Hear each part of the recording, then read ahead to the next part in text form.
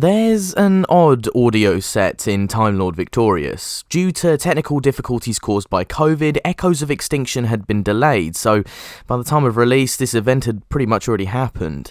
Echoes of Extinction has two interconnected parts to it, one with the 8th Doctor and one with the 10th. However, unfortunately, these Doctors don't meet in this particular audio.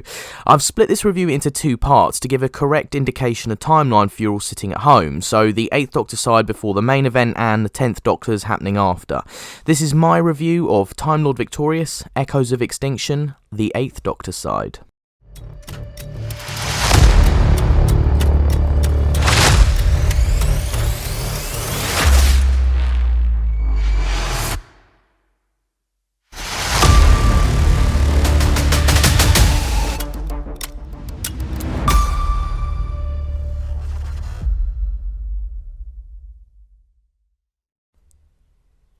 The 8th Doctor side of this box set is by far the weaker of the two, with explanations feeling rushed and the end of the story feeling somewhat incomplete.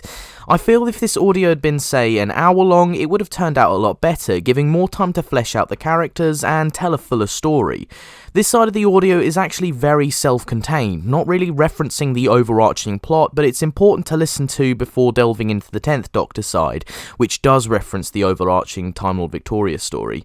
I thought I'd also mention that weirdly you cannot buy this on CD, only vinyl or download, so all us CD collectors will be a bit disappointed that this one won't be on our shelves. So Alfie Shaw is the writer of this audio, and he's actually largely inexperienced when it comes to writing for Who, writing only a handful of short stories for Big Finish. He is, however, a producer, script editor and director alongside a writer for Big Finish, so he certainly knows his stuff. I'd personally recommend his short story Regeneration Impossible, like 11 meets 12 on audio, and I mean, if anything could be classed as fan drool, then this would be it.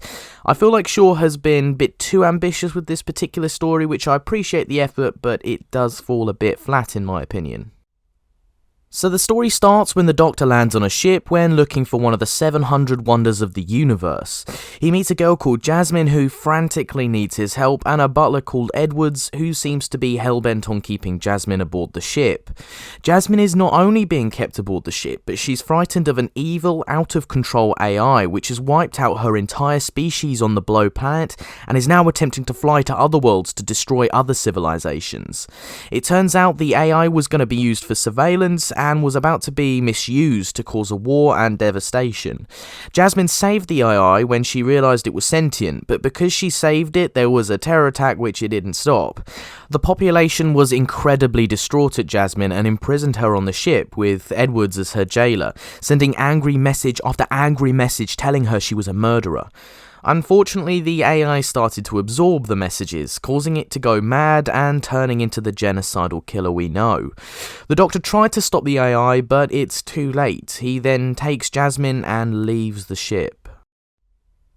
I'll be honest, this is by far the weakest story of the two. I gave Defender of the Daleks a bit of a hard time for not having enough time to tell a decent story, but this one really takes the biscuit when it comes to explaining things quickly.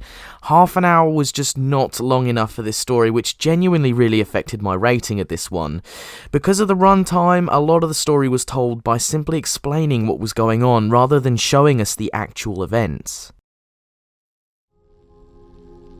There was a terror attack, transport hub, peak travel times. The government told everyone I was responsible, that they could send messages to the butcher who kills their families. Crowdsourced torture, hoping you'd break. Tell them where their precious psychic network was, not realizing they were creating a monster. We were trapped up here. I was only trying to help. I didn't want anyone to die, but the messages, they wouldn't stop.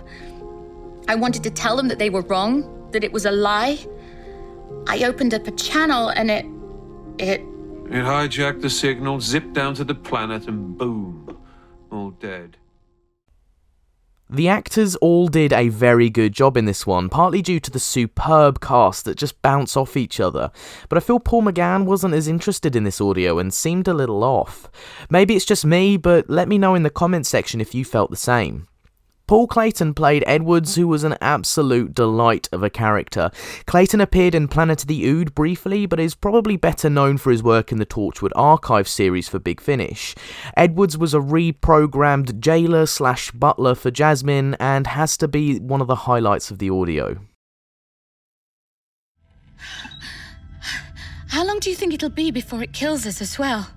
Hard to say, Mom. Now that it's started, it's only a matter of time. Would you like a cocktail while you wait? Find me a way out of here, Edwards. You know I can't do that. Please. No? Are you sure I can't get you a drink? I don't want a damn...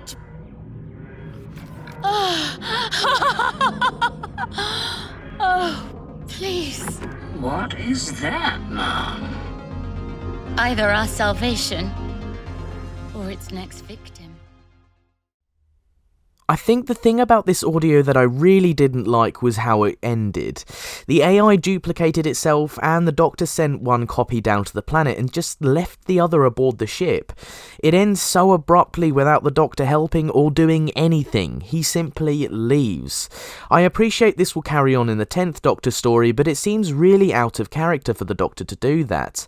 On the plus side, however, this story conveyed a claustrophobic feeling really well, making the listener squirm a little as they are all aboard this tiny ship with a genocidal AI. Overall, it wasn't the worst audio I've ever listened to, but it's by far not the best. Due to its ending, runtime, and its way of telling the story, I'm gonna give this one a 4 out of 10. Not up to the normal high quality of Big Finish's audios, and you'll probably only listen to this one to get to the next part with the 10th Doctor. Okay, so that's the end of today's review. I do hope you all enjoyed the video. If you did enjoy it, please hit the like button below and comment down below your thoughts on this audio. Obviously, stay tuned for next month's review of He Kills Me, He Kills Me Not. So that'll be my next one to hit on the timeline, so please stay for that. And as always, I hope you all have a fantastic day. Thank you very much.